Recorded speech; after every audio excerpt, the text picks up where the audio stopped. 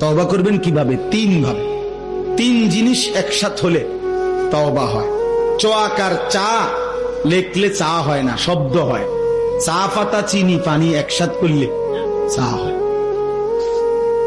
চয়কার চা লেখলে কি হয় না? চা হয় না, চায়ের শব্দ হয়।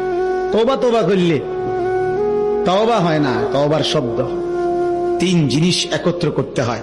এক নাম্বার, আল্লাহকে বলতে হবে দিল দিয়ে কলিজার ভেতর থেকে যে আল্লাহ আমি গুনাহ ছেড়ে দিলাম। দুই, আর করব না মালিক, আমি ওয়াদা দিলাম। তিন, আমি লজ্জিত মাওলা, আমি মাফ চাইলাম।